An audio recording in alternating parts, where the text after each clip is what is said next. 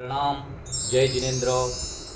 मैं छोटे गुरुजी आप सबका मेरे YouTube चैनल में हार्दिक हार्दिक स्वागत करता हूँ। आज हम शाश्वत ऐसे महामंत्र नवकार के बारे में अर्थ जानेंगे और एक रोचक इतिहास भी जानेंगे और अर्थ भी जानेंगे और एक छोटी सी कहानी भी लेंगे। शुरुआत हम अर्थ से करेंगे और उसके बाद हम एक छोटी सी कहानी लेंगे।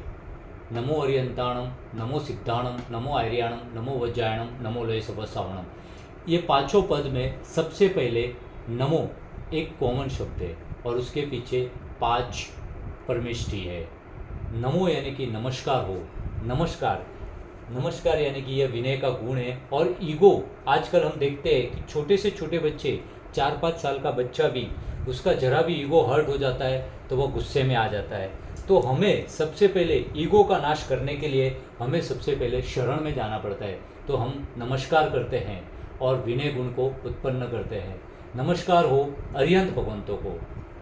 अरिहंत भगवंत का वर्ण जो है वह श्वेत वर्ण है। श्वेत यानी कि सफ़ेद। अरिहंत भगवंत जब भी तीर्थंकर को केवलनान होता है और वे समोसर में विराजमान होते हैं, तो समोसरण यानी कि 3 गढ़ होते हैं। सबसे नीचे का गढ़ चांदी का, उसके ऊपर सोने का और उसके ऊपर रत्नों का गढ़ होता है। 3 गढ़ होते हैं और 12 पार्षदा में अरिहंत परमात्मा विराजमान होते हैं। अरिहंत परमात्मा के ऊपर 12 गुना बड़ा अशोक वृक्ष होता है। उनके ऊपर छत्र, 3-3 छत्र लगे रहते हैं। पंखी प्रदक्षिणा देते रहते हैं और इंद्रध्वज वगैरह सब लगे हुए रहते हैं। दूसरे गढ़ में पशु पक्षी वगैरह सब तिर्यंच बैठते हैं और नीचे सब विमान वगैरह और पार्किंग की सुविधा रहती है। इस प्रकार ये नमो अरिहंताणम का एक संक्षेप अर्थ है। दूसरा है नमो सिद्धाणम।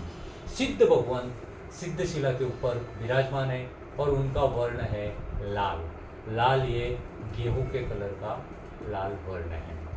सिद्धशिला यहाँ से मनुष्य लोक से 7 राजलोक ऊपर विराजमान है और वहाँ पे जो जीव मोक्ष में जाता है वह वहाँ पे विराजमान हो जाता है।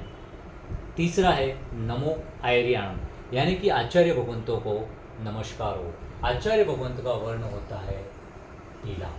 पीला किसके जैसा? सोने के जैसा। जो गोल्ड है सोने के जैसा पीला उनका वर्ण है। आचार्य भगवंत के 36 गुण हैं, वो हम अगले वीडियो में समझेंगे। उसके बाद आता है नमो उवज्जायणम, यानी कि उपाध्याय भगवंत। इनका वर्ण है लीला यानी कि ग्रीन और ये है वृक्ष के समान। वृक्ष, ये जो वृक्ष दिख रहा है ये हमारे जैन शासन को हरा भरा रखने के लिए उपाध्याय भगवंत का यह वर्ण है। उपाध्याय भगवंत खुद भी पढ़ते हैं और साधु भगवंत को भी पढ़ाते हैं। उपाध्याय भगवंत की वजह से ही हमारा शासन को हम लीलाछम बोलते हैं और वह जैसा वृक्ष एकदम छाया भी देता है और ग्रीन भी रखता है, वैसा ये उपाध्याय भगवंत है। उसके बाद हम लेते हैं अंतिम पद यानी कि नमो लोय सव्वसावणम। इनका वर्ण है कृष्ण यानी कि श्याम। साधु भगवंत को हम नमस्कार करते हैं। इसमें एक शब्द एक साथ जुड़ा हुआ है, वह है सव्व। सव्व का अर्थ होता है सभी। हम सभी साधु भगवंत को लोक में विराजमान को वंदन करते हैं। इस प्रकार ये नमो अरिहंताणम, नमो सिद्धाणम, नमो आर्याणम, नमो वज्रायणम, नमो लोय सव्वसावणम के बारे में जाने। अब हम एक छोटी सी स्टोरी लेते हैं। स्टोरी का टॉपिक है अमर कुमार। आप सबने नाम तो सुना ही होगा। ये कहानी है आज से लगभग 2600 साल पहले।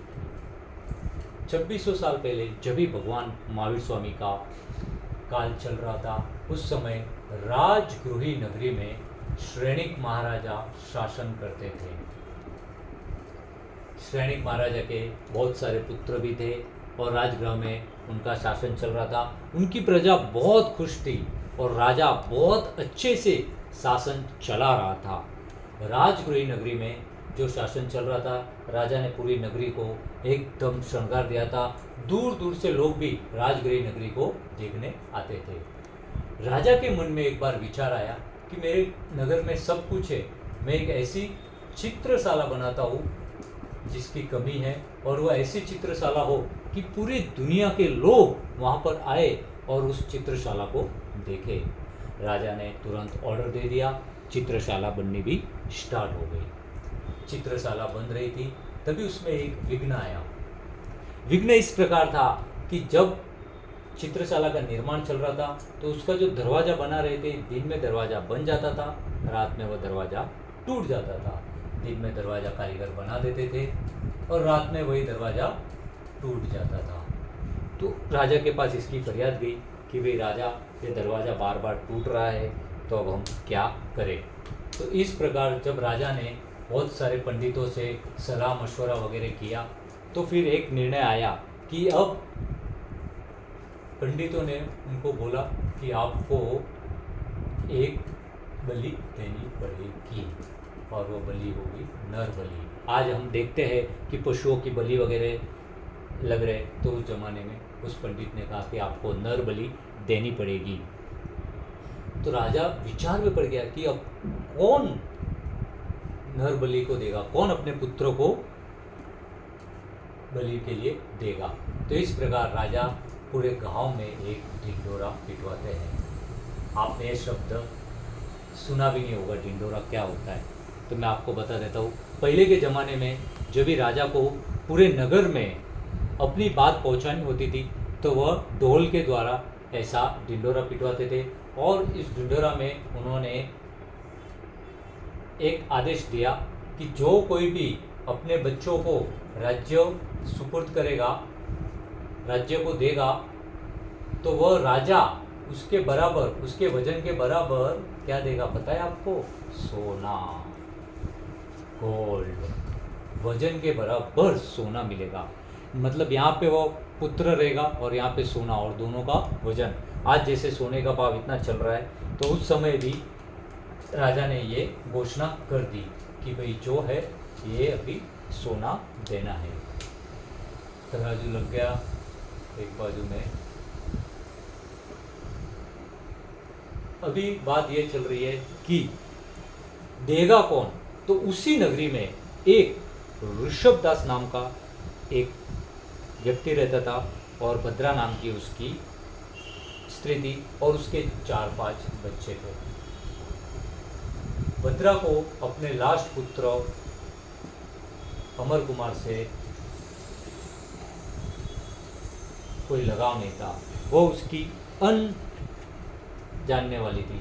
तो अब हम देखते हैं कि वह भद्रा अपने बच्चे को कैसे देती है, वो अगले पार्ट में हम देखेंगे। आप सबको हमारा YouTube चैनल कैसा लगा, आप हमें शेयर करें, हमारे वीडियो को हमको सब्सक्राइब करें, और इस छोटे गुरुजी चैनल को आगे से आगे बढ़ाएं, और हमारे QR कोड को स्कैन करें। आप सबका बहुत बहुत धन्यवाद। Thank you so much.